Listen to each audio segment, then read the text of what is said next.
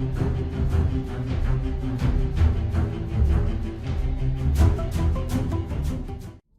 from all over Vietnam came to Le Loi. Even veterans of old forgotten wars and boys barely old enough to carry weapons. Le Loi needed to use the momentum of the rebellion to deal a decisive blow to the Ming forces. The rebel army would strike at the old capital of Hanoi. Hanoi was captured, and now all of the southern Ming occupation forces were cut off from China. The Chinese emperor was furious with the failure of his generals. Therefore, he sent his most capable general, Wang Tong, to Vietnam. Wang was a veteran of many wars against the nomads of the north and a brilliant tactician. If anyone would be able to challenge Le Loi, it would be him. With Hanoi under Le Loi's control, the Chinese retreated behind the walls of the larger towns and cities to the south. There, they would wait for Wang Tong, the approaching Ming general. Le Loi had to act quickly, but he could not underestimate the Ming. The garrisons had large stockpiles of gunpowder, and Wang Tong's army marched at a frantic pace to reach the besieged cities. Le Loi had to quickly turn his peasant rabble into a real army that could face the finest Ming soldiers in open battle. After capturing a major citadel with its gunpowder stores intact, Le Loi was able to take several key towns and hold off Wang Tong and his army. Wang Tong knew that his position was poor, and so he retreated to strengthen his supply lines and replenish his forces. For now, there would be no battle. Le Loi marched further south with Wang Tong and his army following closely and gaining strength. Under Le Loi's leadership, the Vietnamese rebellion turned from a rabble of peasants to a real army. Their warships lined up like clouds, their armor shone against the sun, their firearms piled up, and the gunpowder stockpiles were full. Finally, Le Loi would be able to face the full brunt of the Ming forces. Wang Tong had been close on Le Loi's tail, watching his every move like a stalking tiger, waiting for Le Loi to make a mistake. Le Loi did not have the luxury of time. Every week he waited, more Ming soldiers would arrive. He needed to consolidate his holdings quickly. Despite the risk, Le Loi split his troops to deal with the Ming garrisons, the northern army, and the hostile tribes to the west. This was the moment Wang Tong had been waiting for, and the tiger pounced on the divided and vulnerable Vietnamese forces. Against all odds, Le Loi's generals held off the Ming army. The Chinese lost many soldiers, and even one of their generals. These losses meant that they would never again hold the advantage in the war. The Ming could only defend their remaining holdings from Le Loi's inevitable victory. Without more Chinese troops, not even a general as talented as Wang Tong would be able to stop the Vietnamese army. Dong Do was the last fortress in Ming hands. Wang Tong sent for aid, but reinforcements would not be able to reach him easily while Le Loi held the north and the coastlines. Still, Wang Tong's fortress was well fortified and well supplied. If this fortress could hold out long enough, a new Ming army, now marching from China, would break the Vietnamese army and send Le Loi and his men back into the hills. The war was only one battle away from being over, and the fate of Vietnam hung in the balance. The Ming were defeated on the battlefield, and the last fortress fell. Le Loi and Wang Tong met for the first time and agreed to a truce. It was apparent that the two had great respect for each other. The remaining Ming soldiers, numbering more than 80,000, were now at the mercy of the Vietnamese. Le Loi was lenient, however, and spared their lives. He invited the Ming generals to a lavish banquet and allowed all of the Ming soldiers to return to China unharmed. He even provided ships to transport them and released all prisoners that were taken in the war. Le Loi knew that the Ming emperor would never give up while his honor was at stake.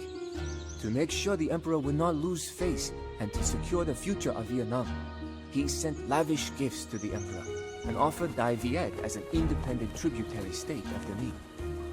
It was a small price to pay for peace and stability.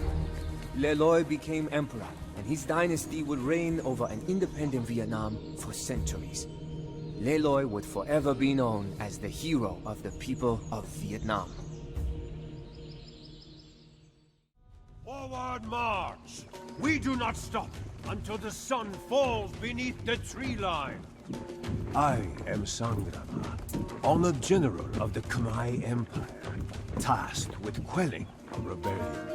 Just a year after the passing of the revered Suryavarman, his successor faces staunch opposition.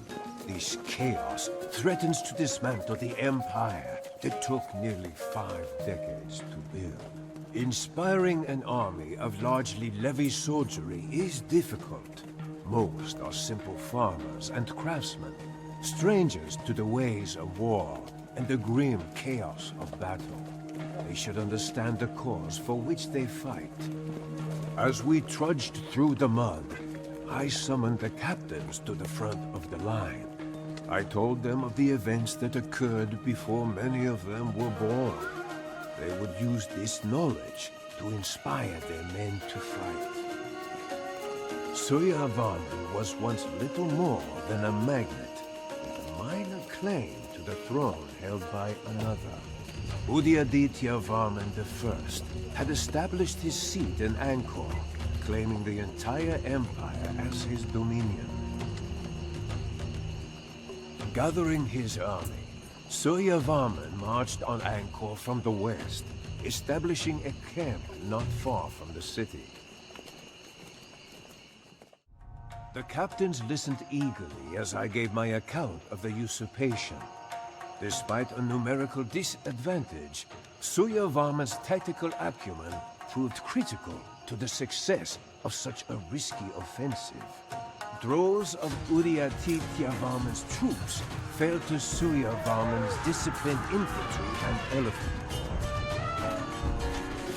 Entering Angkor, Suryavarman gave the order to his disciplined army that the city was to be left intact, the civilians unharmed.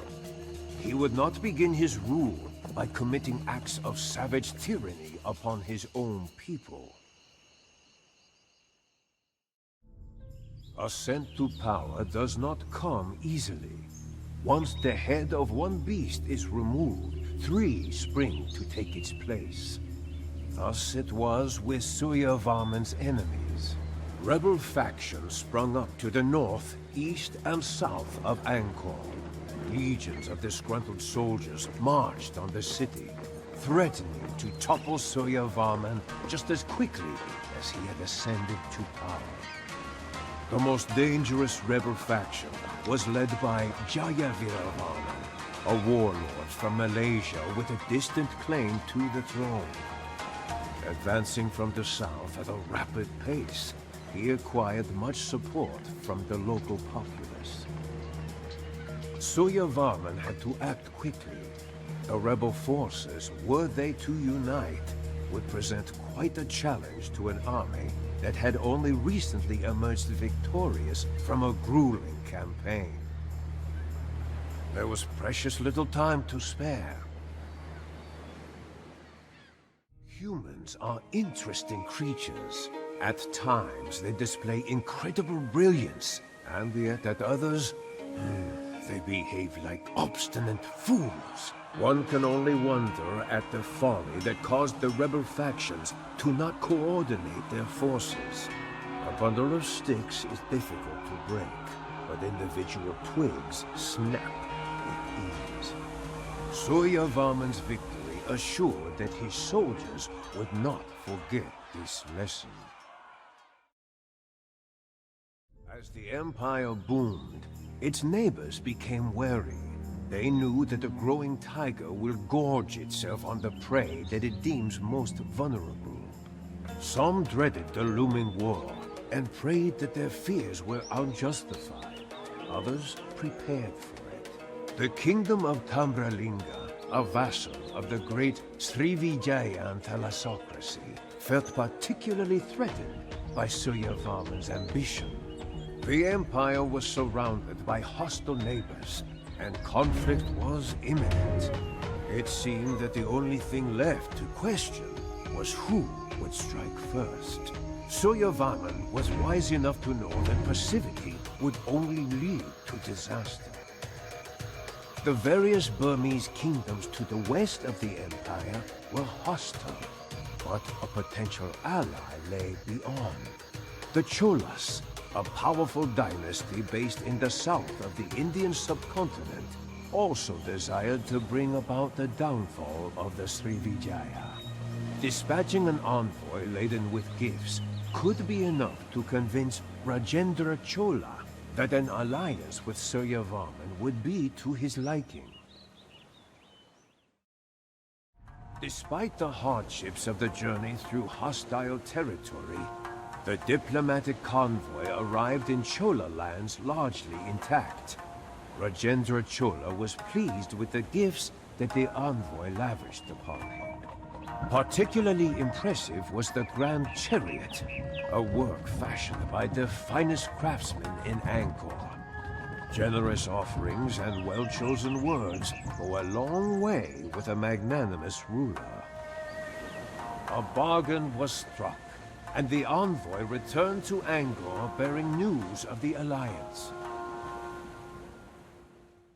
With the alliance made and the pieces on the board, conflict was inevitable. The Tambralingas themselves posed only a token threat, but they had the support of the immense naval empire of Srivijaya. The prowess of the Srivijaya navy was unmatched, but their coalition was at a strategic disadvantage.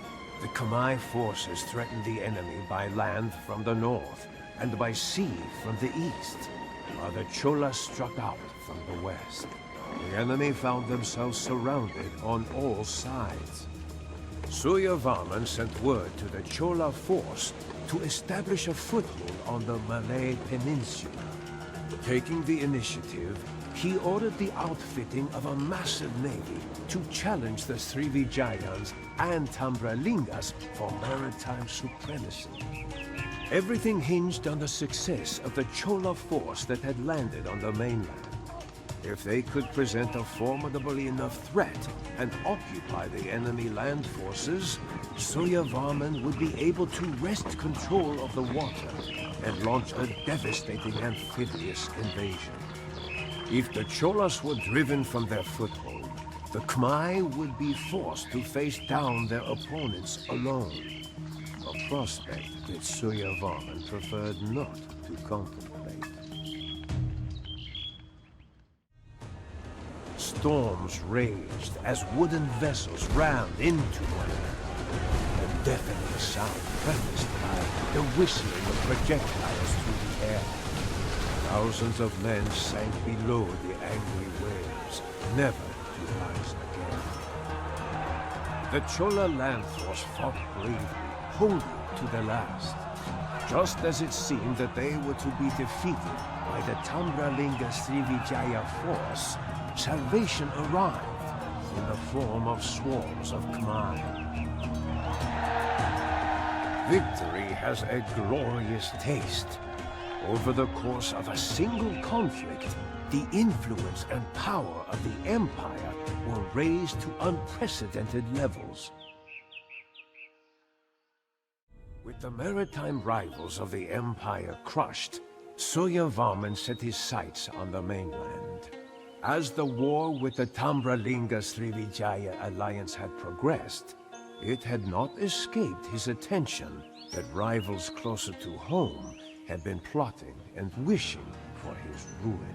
The rulers of the various Burmese and Cham kingdoms slunk around in the shadows like disgraced cowards. Instead of recognizing the superiority of their larger neighbor, they deviously plotted its downfall and encouraged rebellion within it. This behavior was unacceptable. Suryavarman's enemies may have been too intimidated to face the Khmer juggernaut head-on, but Suryavarman had no reservations about challenging his neighbors. It was high time that the Empire saw further expansion. The Mekong and Chao Phraya rivers snaked through rich, fertile lands held by decadent, unstable kingdoms ripe for conquest. Triumph would add yet another achievement to Suryavarman's legendary military record. Hegemony is a wonderful thing. The power and prestige of the Khmer Empire reached new levels under Suryavarman I, and all prospered.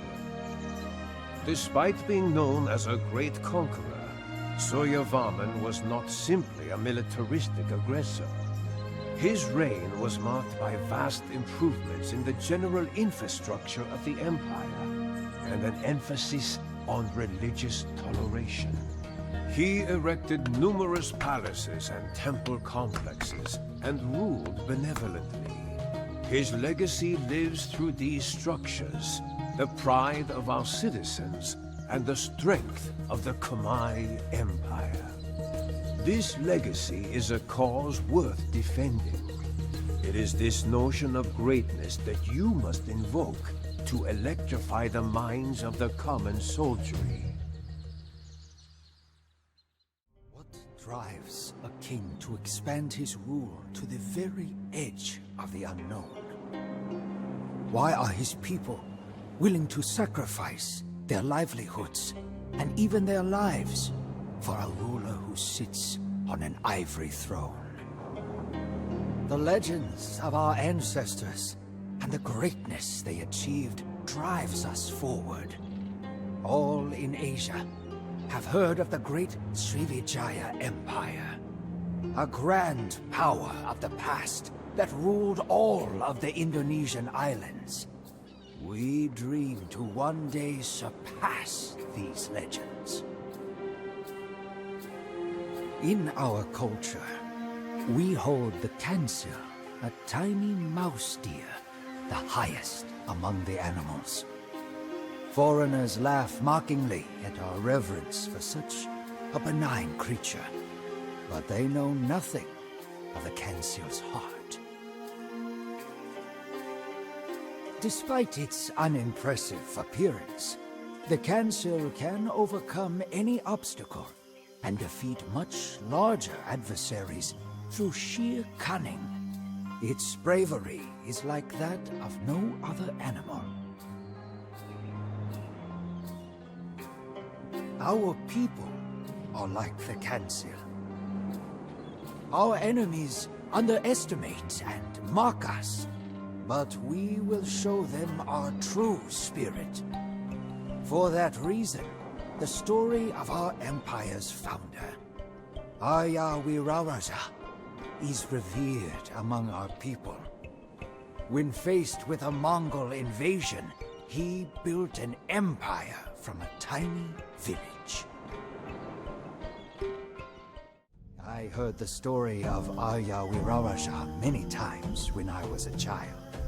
Through the cunning of the cancel, he defeated both his Javanese overlords and the mighty Mongols. Now, Arya did not do this alone. I have always believed that the gods favored him and his descendants. That is why I, Gajamada, commander of the elite guard of the Majapahit kings, have sworn to serve the royal family until my last breath.